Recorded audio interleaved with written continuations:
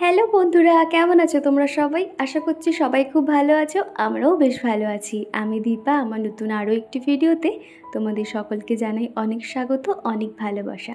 দিনটা হলো আজকে শনিবার, আর এখন ঘড়িতে বাজে সকাল 6:30। তো এখন থেকে তোমাদেরকে সাথে নিয়ে ভিডিওটা শুরু করছি। আজকের এই শনিবারটা কিন্তু আমার কাছে বেশ আনন্দদায়ক, তার কারণ আজকে আমাদের বাড়িতে কিছু প্রিয় মানুষজন আসবে।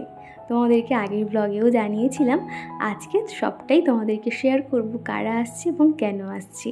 সেই জন্য কিন্তু সকাল হতে না হতেই ঘুম থেকে উঠে পড়েছি এবং একটার পর একটা কাজ কিন্তু করে যাচ্ছি।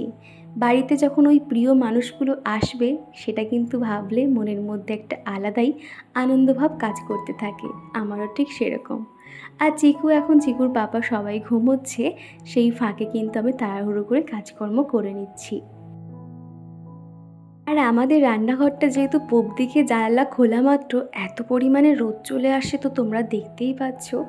তো এই রোদের মধ্যে তো তাও কিন্তু কাজকর্ম করতে হয়। সকাল থেকে কাজকর্ম করলে কি হয়, অতটা রোদ কিন্তু গায়ে লাগে না।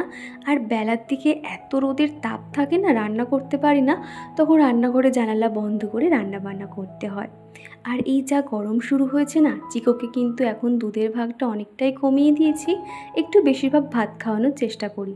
সেই জন্য সকাল হতেই কিন্তু ভাতটা বসিয়ে দিয়েছি, সাথে চিকুর পাপার চাটাও বসিয়ে দিয়েছি। আর রান্নাঘরের যদি জানালা খুলেছি, এই যে কাকটা দেখলে, সে কিন্তু সাথে সাথেই চলে আসে। ওকে কোনো না কোনো খাবার দিতে হয়।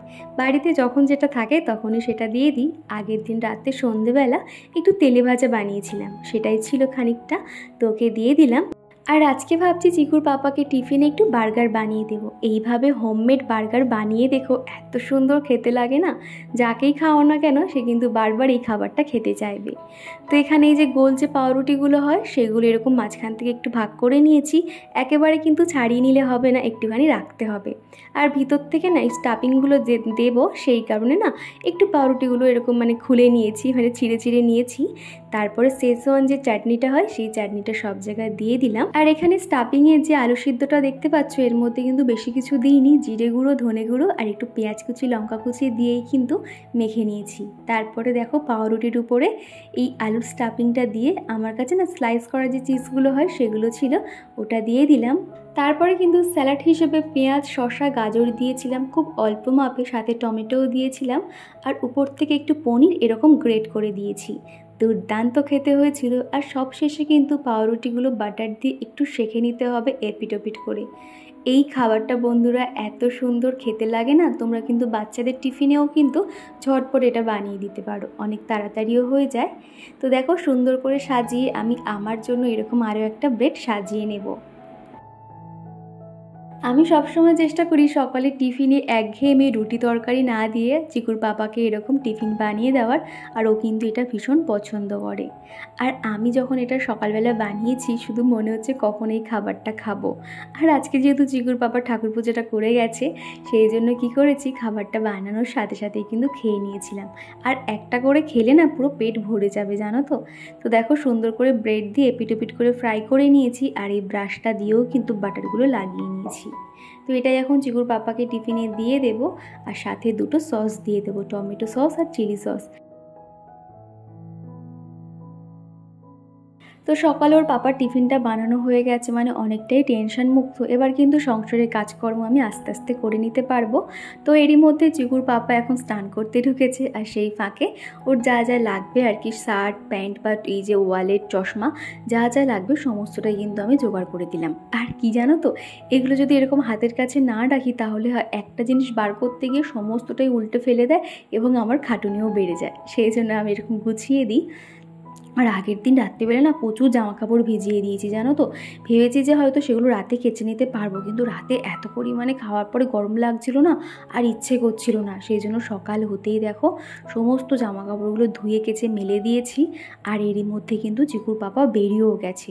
আর গাছগুলোতে প্রতিদিন যেরকম সকাল সকাল আর কি একটু জলটা দিয়ে দিই, সেটা দিয়ে দিচ্ছি। তো গাছগুলো না মনে হচ্ছে এই বেশি রোদে রাখা ঠিক হচ্ছে না। তোমরা তো বলেছিলে অ্যালোভেরা গাছ বেশি রোদে রাখতে নেই, সেই জন্য না সামনের দিকে একটু এগিয়ে এনেছি। তো তো দেখো প্রত্যেকটা গাছে জল ফল দিয়ে নিয়েছি, এবার একটু বারান্দাটা ঝাড় দিয়ে দেবো। এই বারান্দাটা এত পরিমাণে ধুলো হয় না, সারাক্ষণ তো গাড়ি ঘোড়া যাচ্ছে, ধুলোয় ধুলো হয়ে থাকে। সকালবেলা এবং বিকেলবেলা ভালো করে ধুয়ে দিতে হয়।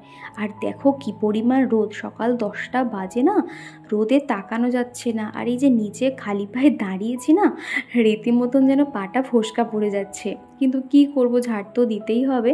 আর এরপরে যদি ঝাড় না দিই, ওই দুপুরে একাজ ওকাজ করতে করতে না আর মনেই থাকবে না। তো সেই জন্য বাইরের কাজটা সেরে নিই, তারপরে একটা একটা করে কাজ করব। আমি যখনই কাজ করি এরকম একটার পর একটা কিন্তু কাজ করতেই থাকি, যার কারণে আমার খুব একটা অসুবিধা হয় না। একটা শেষ করার সাথে সাথে ভাবি এরপর আর কোন কাজটা করতে হবে।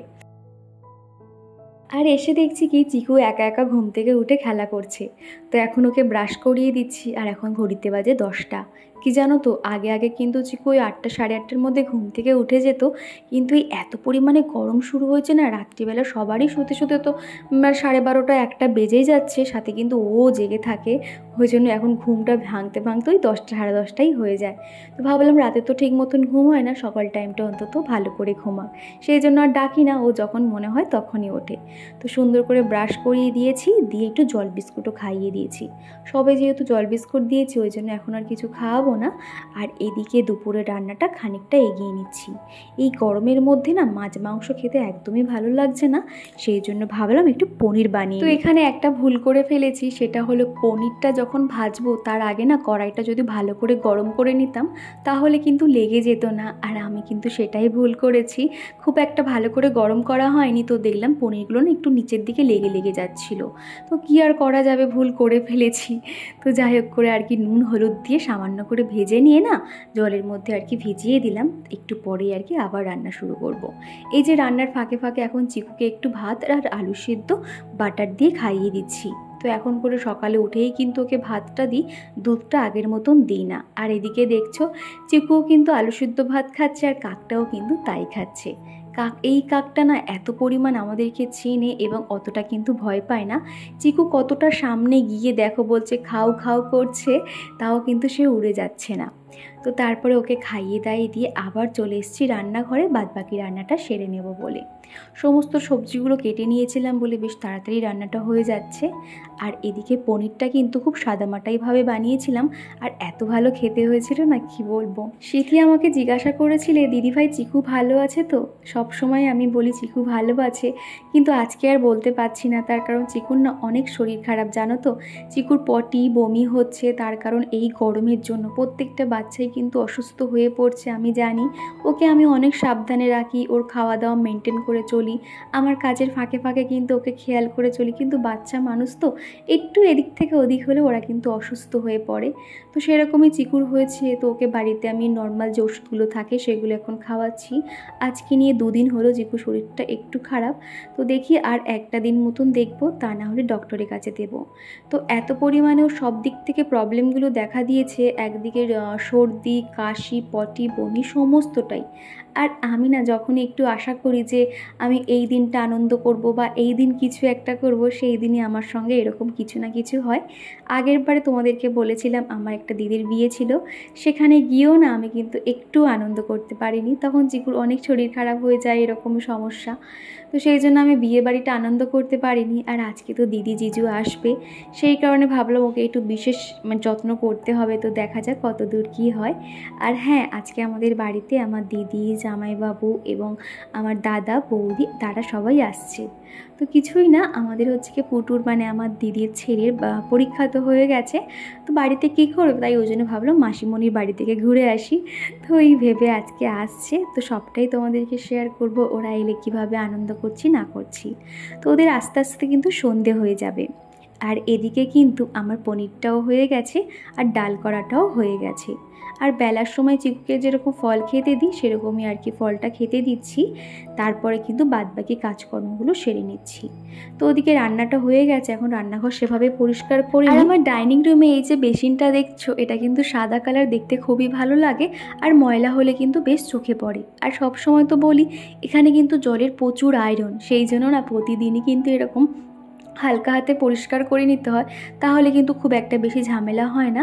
তো দেখো সুন্দর করে পরিষ্কার করে নিয়েছি, যেটা যেখানে থাকে গুছিয়ে রাখছি।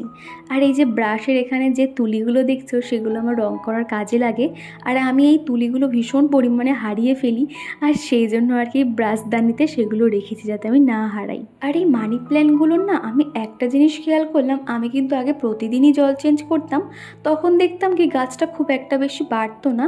আর এখন করে 2-3 দিন অন্তর আমি জল চেঞ্জ করে দেখছি কি গাছগুলো কিন্তু ভালোই গ্রো করছে। আমি এই বিষয়টি অতটা জানি না, তোমরাই যদি কিছু জেনে থাকো আমাকে জানাবে যে মানি প্ল্যান্ট গাছ কিভাবে যত্ন নিলে তারা খুব তাড়াতাড়ি গ্রো করবে। তো এদিকে দেখো চিকুকে কিন্তু স্নান করিয়ে দিয়েছি, এখন ওকে ভাত খাওয়াচ্ছি। আমাদের এই বারান্দাতে এত পরিমাণে ঝিলের হাওয়া হয়, তো সেই জন্য রান্নাঘরের পিছনে যে বারান্দাটা, ওকে এখানে বসিয়ে আর কি ভাত খাওয়াচ্ছি। তো কাকটা কাশছে আর কি, তো সেই ফাঁকে ওই দেখতে দেখতে খেয়ে নিচ্ছে। তো এরকম করে খাওয়ালে চিকুর কিন্তু ফোন একদমই লাগে না, খুব ভালোভাবে খাওয়া দাওয়া করে নেয়। আর এই যে এখন সন্ধে হয়ে গেছে, এখন প্রায় 5:30-6টা বাজতে চললো। তো এখন এই সন্ধে দেবো বলে টুকটাক কাজকর্মগুলো এগিয়ে নিচ্ছি। সন্ধ্যের পরে এই থালা বাসনগুলো না আমি পরিষ্কার করে মেজে রেখে দিই। আর চিকুর পাপা তো জানোই সকালে করে ঠাকুর পুজোটা দিয়ে যায়, এরকম বাসনটা মাজা থাকলেও কিন্তু তাড়াতাড়ি পুজোটা দিয়ে দেয়। আর ছেলেরা তো অত সুন্দর করে কিন্তু বাসন মেজে যে পুজো দেবে একদমই কিন্তু তারা পারে না। আর এই তো এখন একটু সুন্দর করে চুলটাও বেঁধে নিয়েছি, আর ঠোঁটেও একটু লিপ বাম দিয়ে দিলাম। সন্ধে দেওয়ার আগে নিজে এরকম যদি টিপটপ হয়ে থাকি তাহলে কিন্তু সন্ধে দেওয়ার এনার্জিটা অনেক অংশেই কিন্তু বেড়ে যায়। তো দেখো এখন সুন্দর করে রেডি হয়ে নিয়েছি। আর সন্ধ্যের পর থেকে না এরকম দরজা জানালা পর্দাগুলো সরিয়ে দিই, তাহলে কি হয় ঘরটা বেশ ঠান্ডা হয়ে যায়। পাশেই যেহেতু পুকুর রয়েছে, সেখানকার হাওয়া এত সুন্দর আসে না, ঘরটা একদমই ঠান্ডা হয়ে যায়। আর এই সন্ধ্যের সময়টাতে কিন্তু আমি ঘরের প্রত্যেকটা জায়গা পুরো একদম সুইচ অন করে দিই, কোনো জায়গা কিন্তু অন্ধকার রাখি না। ওই মোটামুটি 1-2 ঘন্টা পর থেকে প্রত্যেকটা লাইট অফ করে দিই। তো এখন এই যে দরজা জানালাগুলো খুলে দিচ্ছি, সারাদিন তো বন্ধ রাখতে হয় এই ধুলোবালির জন্য। তোমাদেরকে বললাম বাড়িতে কিন্তু অতিথিরা কিন্তু ওই আস্তে আস্তে 9টা 9:30 বেজে যাবে, যেহেতু ওরা বিকেল বিকেল বেরিয়েছে আর এতটা দূর আসতে তো সময় লাগবে। তো ওরা আসার পরে কিছু একটা বানিয়ে নেব, নয় চিকেন নয় মাছ, সমস্তটাই কিন্তু রেডি করে রেখেছি বলে নিশ্চিন্ত। আর এই রোদের মধ্যে না মানে মানুষ তো বার হতেই পারছে না, সেই জন্য ভালোই হয়েছে একদিকে রাতে বার হচ্ছে। তো এখন আমি একটা একটা করে কাজ করছি, আর শুধু মনে হচ্ছে এই হয়তো তারা এসে ডাকলো, এইরকম আর কি নিজের মনের মধ্যে হতে থাকছে। আগের দিন তো দেখেছিলে এই পর্দাটা আমি কেচে দিয়েছিলাম, তো এখন সেটা সুন্দর করে লাগিয়ে নিচ্ছি। তাহলে কি হয় এই জায়গাটা না তো ফাঁকা ফাঁকা লাগে, দেখতে কিন্তু কেমন মতো লাগে, সেই জন্য পর্দাটা লাগিয়ে নিচ্ছি। সন্ধ্যের পর থেকে কিন্তু এইভাবে সুন্দর করে প্রত্যেকটা জিনিস আমি গুছিয়ে নিই।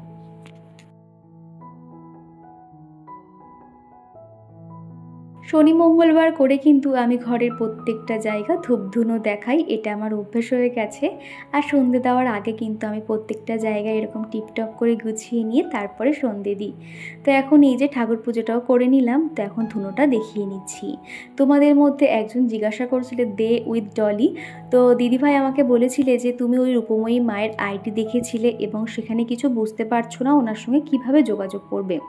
ওনার নামে তুমি যে আইডিটা দেখতে পেয়েছো, ওনার প্রতিদিনের একটা প্রোগ্রাম থাকে, তো সেখানে উনি একটা মিরাক্কেল নাম্বার দেয়, সেই নাম্বারটা প্রতিদিন তোমরা ইউজ করো। আর গুরুমা কিন্তু কখনোই বলেন না যে আমার সঙ্গে দেখা করো, বা উনি কিন্তু কোনোরকম টাকা পয়সা কিছুই নেয় না, কিন্তু ওনার একটা কথা না তোমার মন ছুঁয়ে যাবে। ওনার সম্বন্ধে যতই বলি না কেন মনে হবে যেন কিছু কম বলছি। আমি অত ভালো গুছিয়ে কথা বলতে পারি না, তবে বলবো তুমি ওনার অনুষ্ঠান দেখো এবং অনুষ্ঠানটা সম্পূর্ণটা শোনো, ওখানে তিনি প্রত্যেক দিন একটা মিরাক্কেল নাম্বার দেয়। তারপরে এই যে সন্ধে টন্ধে দেওয়া কমপ্লিট হয়ে গেছে, আর এখন চিকুর জন্য দুধ বিস্কুট নিয়ে নিয়েছি আর আমার জন্য একটা কেক নিয়েছি। এই সন্ধ্যের পর থেকে কিন্তু নিজে বসে যে একটা কিছু টিফিন খাবো সেটার কিন্তু আমার সময় থাকে না, আমি একটার পর একটা কাজ করতেই থাকি, তোমরা তো দেখেছোই। সেই জন্য এই কেকটাই আমার জন্য যথেষ্ট, আর কিছু খাবো না। তো এখন এই যে চিকুকে খাইয়ে দিয়েছি, দিয়ে এখন এই যে বালিশপত্রগুলো না সব অগোছালো হয়ে আছে, সেগুলো সুন্দর করে একটু গুছিয়ে নিচ্ছি। আর চিকু তো দেখছো আমার সঙ্গে কিন্তু হুড়োহুড়ি করছে। এরকম আমি যখনই কাজ করি চিকু কিন্তু আমার সঙ্গে এসে বদমাইশি করতে থাকে। তো চলো কাজ করতে করতে তোমাদের কয়েকটা কমেন্টের উত্তর দেওয়া যাক। তো প্রথমে এখানে কমেন্ট করেছে মধু আর যে জহি, তারপরে রয়েছে সুনন্দা দাস, বাংলাদেশি ব্লগার তুলি, তারপরে রয়েছে ইন্দ্রজ্যোতি ব্লগ, শিপ্রা সরকার। তো দিদিভাই বোনেরা, তোমাদেরকে অসংখ্য ধন্যবাদ প্রতিদিন এত সুন্দর সুন্দর কমেন্ট করার জন্য। আর তোমরা যে আমাকে এতটা ভালোবাসো না, এটা আমার কাছে অনেক বড় পাওয়া।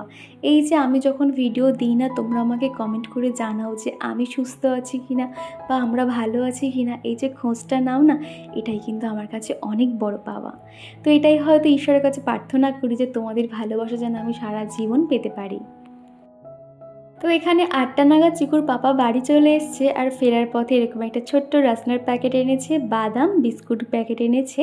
আর এখানে রাসনাটা এরকম লিকুইডভাবে রয়েছে, এগুলো সামান্য জলের সঙ্গে মিশিয়ে খেতে হয় আর দারুণ খেতে লাগে। আর একটা ছিল অরেঞ্জ কালার আর একটা ছিল গ্রিন কালার। তো এখন এই যে বিস্কুটটা ঢেলে নিচ্ছি, প্রত্যেকটা জিনিস এইভাবে সুন্দর করে গুছিয়ে নিচ্ছি। আর এখন এই ব্রিটানিয়া বিস্কুটগুলো এই কন্টেনারে ঢেলে রাখছি। আমাদের মোটামুটি প্রত্যেক মাসে 4 প্যাকেট করে এরকম ব্রিটানিয়া বিস্কুট লাগে, শুধুমাত্র এই কারণে, এই যে বাড়ির সামনে কুকুর বলো কাক বলো এদেরকে তো দিতে হয়। আর এমন অভ্যাস হয়ে গেছে, ওরা কিন্তু চিকুর পাপা যখন অফিস থেকে বাড়ি ফেরে ওর বাইকের আওয়াজ পেয়ে কিন্তু ঠিক চলে আসে, আর এমন মুখ করে তাকিয়ে থাকে, না দিয়েও যেন থাকতে পারি। তো চলো বন্ধুরা, আজকের ভিডিওটা এই পর্যন্ত। সকাল থেকে রাত পর্যন্ত একটা ছোট্ট ভিডিও তোমাদেরকে শেয়ার করলাম। আবারও দেখা হচ্ছে পরবর্তী একটা এরকম ঝলমলে ভিডিওতে। তো চলো, টাটা।